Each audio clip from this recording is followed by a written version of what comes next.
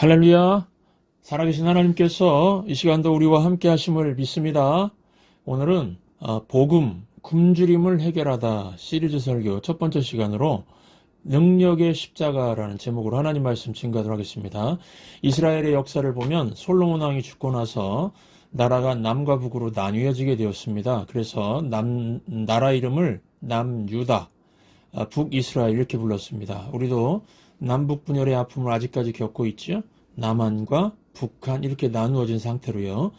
이 북이스라엘, 북쪽 이스라엘은 당시에 여로보암 2세 때 최전성기를 맞이했는데 솔로몬 왕 이후에 이런 전성기가 없었습니다. 그러나 영적으로는 가장 심각한 시기였습니다. 한마디로 믿음의 죽음, 믿음의 종말을 맛보는 그런 시기였습니다.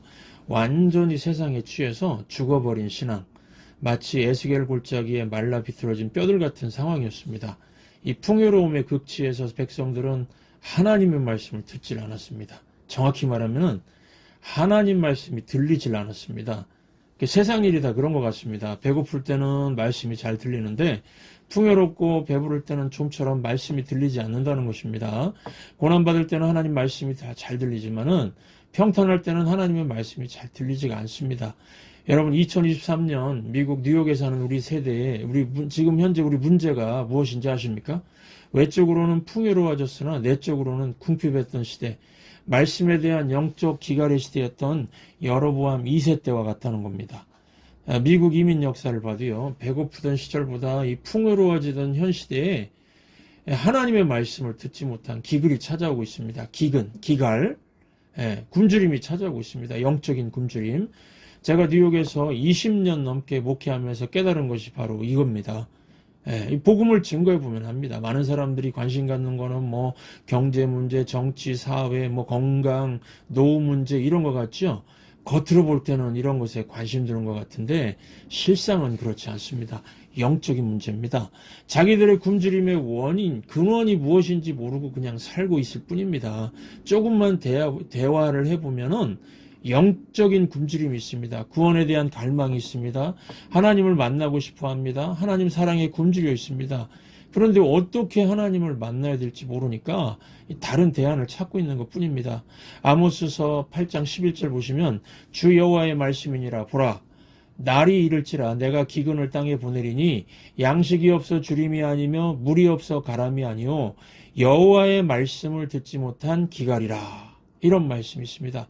꼭 지금 시대를 말하고 있는 것 같지 않습니까? 여러분 우리의 영적인 현주소를 보십시오. 이사야서 37장 3절 보시면은 오늘은 환난과 책벌과 능욕의 날이라 아이를 낳으려 하나 해산할 힘이 없음 같도다 라고 그랬습니다. 무슨 말씀입니까? 지금 우리의 영적인 현주소죠. 아이를 낳아야 하는 당연을 알겠는데 영혼을 살리는 부흥이 있어야 하면 알겠는데 안타깝게도 우리에게는 해산할 힘이 없다는 겁니다. 몇 주 전에 말씀드렸죠. 어떤 교회는 3년 만에 예수 믿지 않은 사람이 한 명 교회를 방문했다고요. 지금 이민교회들이 예수 그리스도의 생명을 전하지 못할 만큼 약해져 있다는 겁니다. 그래서 다시 기독교 신앙의 기본으로 돌아가 보려고 합니다. 여러분, 교회의 기본은 생명을 살리는 능력, 기도와 말씀의 능력이 나타나야 됩니다. 지난 한 주간 제가 기도할 때에 하나님께서 이걸 보여주셨습니다. 교회가 뭐 아름다운 건물 지어놓고 좋은 뭐 프로그램 있다고 신문 광고 내고 하는 것도 다 그 배부를 때 얘기입니다. 지금은 이런 때가 아니고 영적인 위기입니다. 기갈의 때입니다. 이때는 영혼 구원하는 교회가 가장 힘있는 교회입니다. 우리가 핵심으로 기본으로 돌아가야겠습니다. 그래서 복음, 굶주림을 해결하다라는 주제로 몇 주간 말씀을 전하려고 합니다. 오늘은 첫 시간으로 기독교 핵심을 전하고자 합니다. 많은 사람들이요, 예수를 알고 기독교를 안다고 하면서도 복음의 핵심을 놓치는 수가 있습니다. 어떤 사람이 예를 들면 저를 소개한다고 하면서 제 이 뒤통수 찍은 사진하고 제 옆모습을 찍은 사진을 보여줬다고 한번 생각해 보십시오. 그러면 저를 소개받은 사람이 이 사람은 목사구나 이렇게 생각할까요? 물론 제 자신의 모습이지만 저를 소개한 사람이 올바로 소개했다고 할 수 없습니다. 아마도 많은 사람이 그 사진을 보는 순간 전과자 이렇게 생각할 겁니다. 왜 그렇습니까? 전과자들 사진 찍을 때 뒤통수하고 옆모습 찍거든요. 정상적인 사람은 앞모습을 찍지 옆모습과 뒷모습 찍지 않습니다. 그러니까 신두연의 모습이긴 한데 잘못된 강조를 하면 오류가 될 수가 있다는 겁니다. 마찬가지로 기독교를 여러 측면에서 소개할 수 있습니다.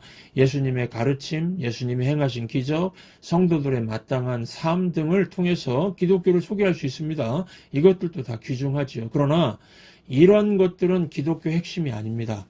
기독교의 모습이긴 하지만 뒷모습이나 옆모습이지 기독교 핵심은 아닙니다. 그러면 예수님이 그렇게 전하고자 하셨고 사도들이 목숨을 걸고 증거하고자 했던 내용은 무엇입니까? 그것은 바로 그리스도의 십자가였습니다. 여러분, 십자가에는요 많은 오해가 있습니다. 어떤 사람은 십자가는 고난의 상징이라고 말합니다. 또 어떤 사람은 목걸이나 장신구의 일종이라고 말합니다. 또 어떤 사람은 영화나 드라마에서 보듯이 악령을 쫓는 부적이라고 말합니다. 어느 미국 교회에서 고난 주간에 십자가 지는 훈련을 한다고요. 큰 통나무 2개를 붙여가지고 못을 받고 십자가를 만들었다고 합니다. 그리고 그 십자가를 여러 명이 들고 가게 했다고 합니다. 그런데 자세히 보니까 십자가 밑에 바퀴를 달아 놓아가지고 십자가를 지는 게 아니라 십자가 밀고 갔다는 겁니다.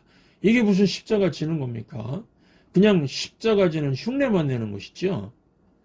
또 어떤 여자 청년에게 십자가를 지라고 하니까 목에 걸고 있는 십자가를 등 뒤로 휙 돌리면서 제가 이제부터 십자가 지는 삶을 살겠습니다. 그랬다고 합니다. 물론 이건 유머고 장난이겠지만 십자가에 대한 오해가 있다는 걸 알 수가 있습니다. 그러면 여러분, 십자가가 뜻하는 것이 참 뜻이 무엇일까요? 그것은 하나님의 구원의 방법입니다. 모든 인간은 허물과 죄로 죽은 죄인이 되었습니다. 로마서 6장 23절 보시면 죄의 싹은 사망이요 라고 했습니다. 모든 사람이 다 죽지요. 이 죽음은 죄값이라고 그랬습니다. 그런데 예수님께서 내 죄를 위해 죽으심으로 말미암아 내가 죽음에서 생명으로 옮겨졌고 구원받게 된 것입니다. 그래서 십자가가 외치는 것은 딱 2가지입니다. 첫째, 너는 죄인이다. 네가 아무리 발버둥 쳐도 난리를 치고 그래도 어쩔 수 없는 죄인이다. 이것을 고발합니다. 둘째, 죄인을 구원할 수 있는 유일한 길이 하나님이 만들어 놓은 구원의 방법, 하나님이 준비한 구원의 방법, 예수님밖에 없다.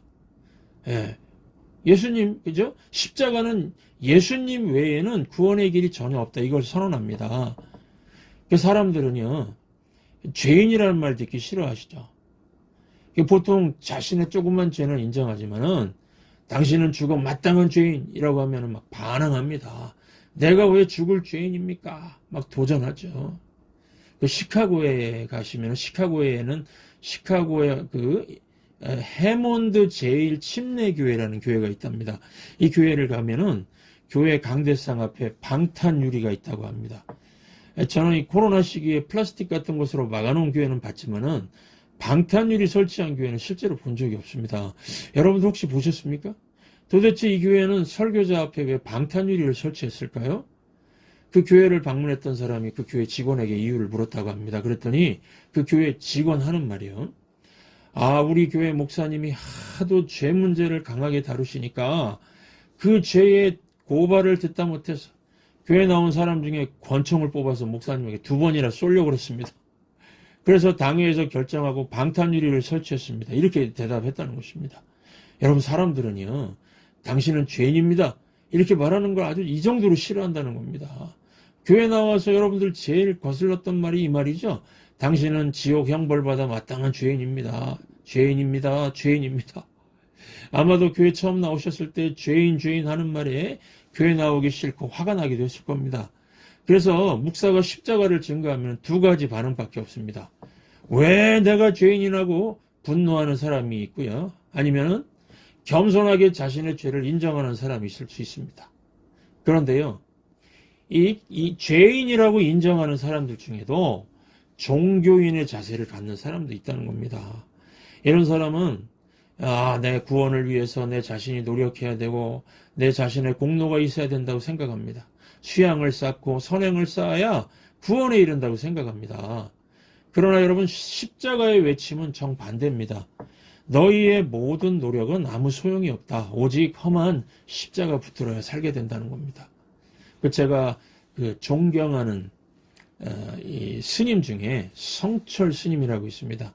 이분은 참 솔직하고 겸손한 종교인이셨습니다. 그분은 1934년 23살의 나이에 부모, 형제, 처자 다 버리고 출가 입산해서 1993년 83세로 타계하기까지 수양을 쌓고 선행을 쌓았던 분입니다. 그분은 8년간 앉아서 수행을 하는데 이 기간 동안에 누워서 잠을 자질 않았습니다.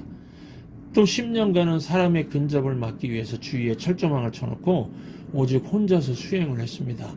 아마도 한국 현대사에서 성철 스님만큼 자력구원, 자기 스스로의 구원을 위해서 수행을 이렇게 많이 한 분 없을 겁니다. 그런데 이분이 1993년 83세로 죽기 전에 딸에게 남긴 유언이 공개됐습니다. 성철 스님의 딸 이름이 필희였는데요. 필희와 54년을 단절하고 살다가 주국을 임종시에 찾게 된 딸이었습니다. 이 성철 스님이 딸 필희에게 이렇게 말했다고 합니다. 필희야, 내가 내 인생을 잘못 선택했다. 나는 지옥에 간다. 내 죄는 산보다 높고 바다보다 깊은데 내 어찌 감당하랴. 내가 80년 동안 포교한 것은 헛것이로다. 우리는 구원이 없다. 죄값을 해결할 자가 없기 때문이다. 참 훌륭하죠? 이분 참 훌륭하지 않습니까? 대개 사람들은 이렇게 말 못합니다.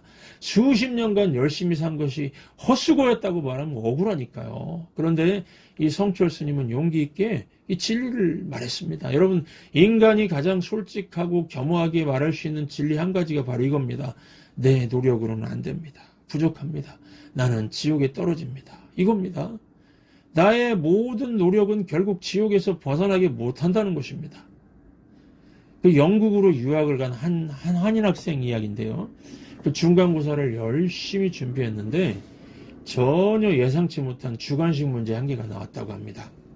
석탄으로 알코올을 만드는 방법을 쓰시오. 자기는 막 몰라가지고 쩔쩔매고 있는데 옆에 있는 친구는 막 술술 적어가고 있었고 시험 시간은 막 거의 끝나갈 때가 되었다고 합니다. 마지막까지 애썼지만은 도저히 생각이 나지 않아서 딱 한 줄을 적고 나왔다고 합니다. 석탄을 판다, 판 돈으로 알코올을 산다. 석탄을 판다, 판 돈으로 알코올을 산다. 참 모르니까 이렇게 쓴 거죠. 시험을 망치고 나서 나중에 담당 교수에게 엄청나게 혼나겠구나 생각하고 있었답니다. 그런데 담당 교수가 불러서 웃으면서 말했다고 합니다. 세상에서 가장 쉬운 알코올 얻는 방법을 썼구나. 석탄 팔아서 알코올 사면 되지. 하하하. 웃었답니다. 예. 여러분, 이 영적인 그 메시지가 있습니다. 하나님께서는 우리의 노력과 우리의 공로로 내가 뭐 팔아가지고 의인이 되는 거 요구하지 않으셨습니다. 마치 뭐 석탄을 팔아서 알코올을 사듯이 예수 그리스도의 피값으로 우리를 구원하길 원하셨다는 겁니다. 예수님의 생명을 팔아서 우리의 생명을 사기 원하셨습니다. 이것이 바로 십자가입니다. 이것이 복음입니다. 복복자의 소식음, 복된 소식, 영어로는 굿뉴스. 예. 그냥 놔두면은 지옥에 떨어질 죄인을 예수님의 생명을 내어주고 우리 생명을 살리신 하나님의 구원 방법, 이게 십자가입니다. 여러분, 이것이 믿어지십니까? 이성으로는 도저히 이해할 수 없는 사실입니다. 그래서 십자가는 헬라인에게는 어리석은 것이요 유대인에게는 거리끼는 것이라고 그랬습니다. 그러나 이것을 믿는 자에게는 구원이 있다고 하나님께서 친히 말씀하셨습니다. 십자가의 길만이 인간이 구원받는 유일한 길이라고 말씀하셨습니다. 로마서 1장 16절이죠. 내가 복음을 부끄러워하지 아니하노니 이 복음은 모든 믿는 자에게 구원을 주시는 하나님의 능력이 됩니다. 그래서 여러분, 인생은 두 가지 길만 존재합니다. 구원의 길과 멸망의 길. 십자가 붙들면 살고 자기 멋대로 살면 죽습니다. 십자가 붙들지 않고 자기 멋대로 살면 죽는 겁니다. 그래서 저는 전도할 때에 아주 긴박감을 가지고 합니다. 그런데 이 사람들 반응은요, 나중에요. 나중에 시간 날 때 교회 갈게요. 이렇게 얘기하고 자꾸 빠집니다. 그러면 막 저는 물러나지 않고요. 예, 나중에 교회 나오시더라도 예수님의 십자가는 지금 붙들어야 됩니다.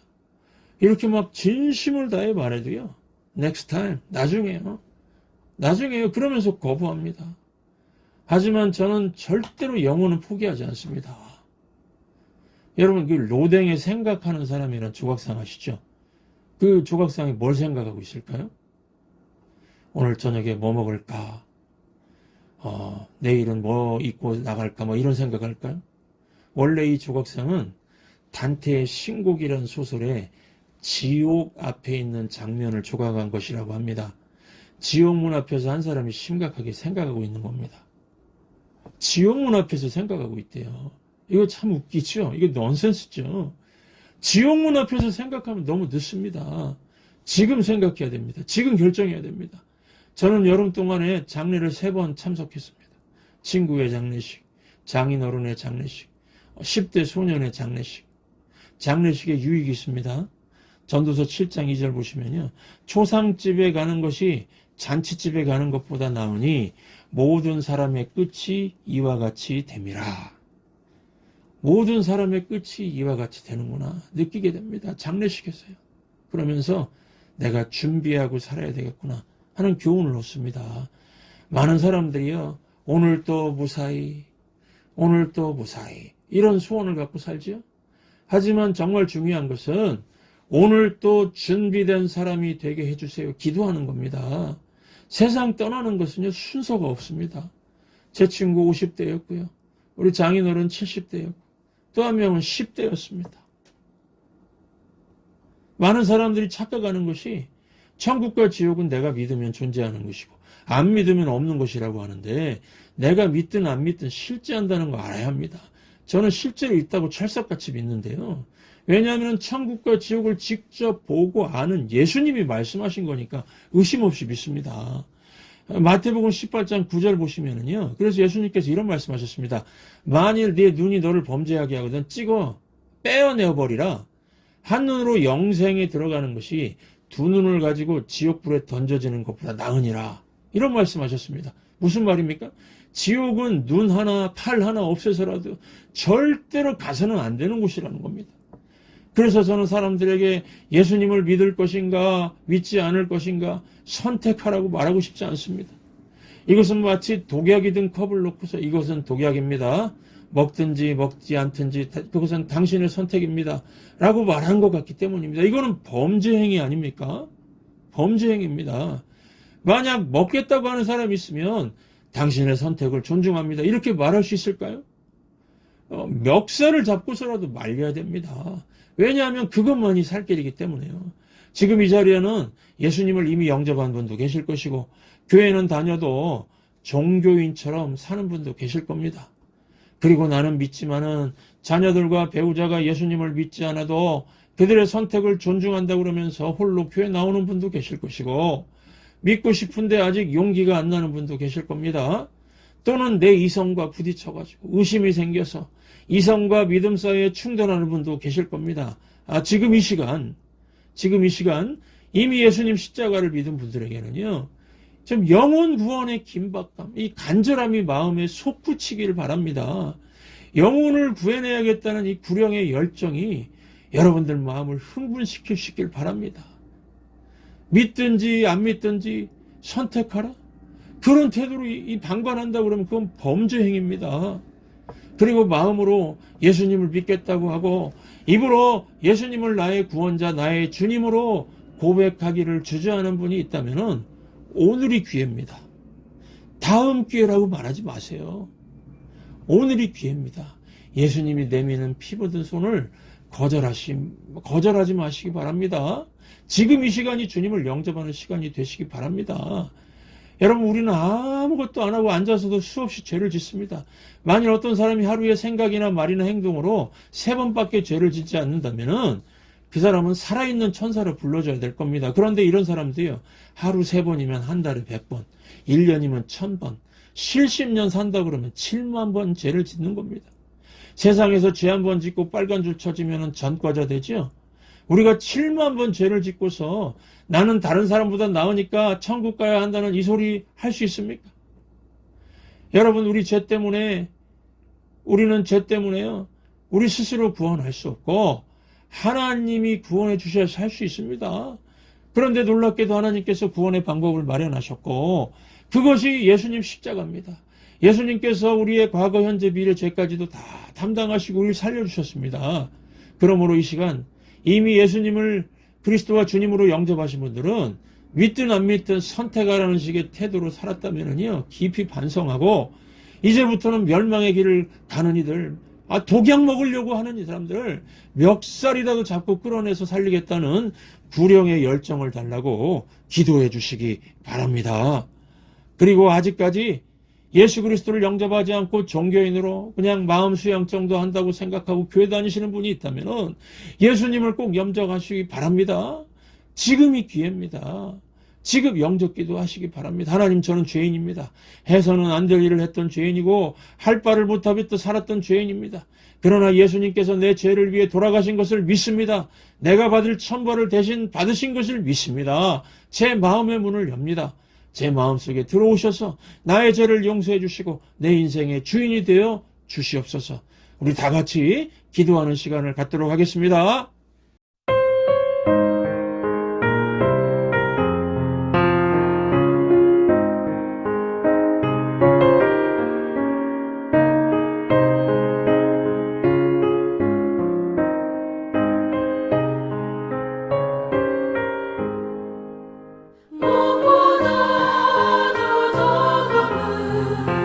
죄로 물든 마음이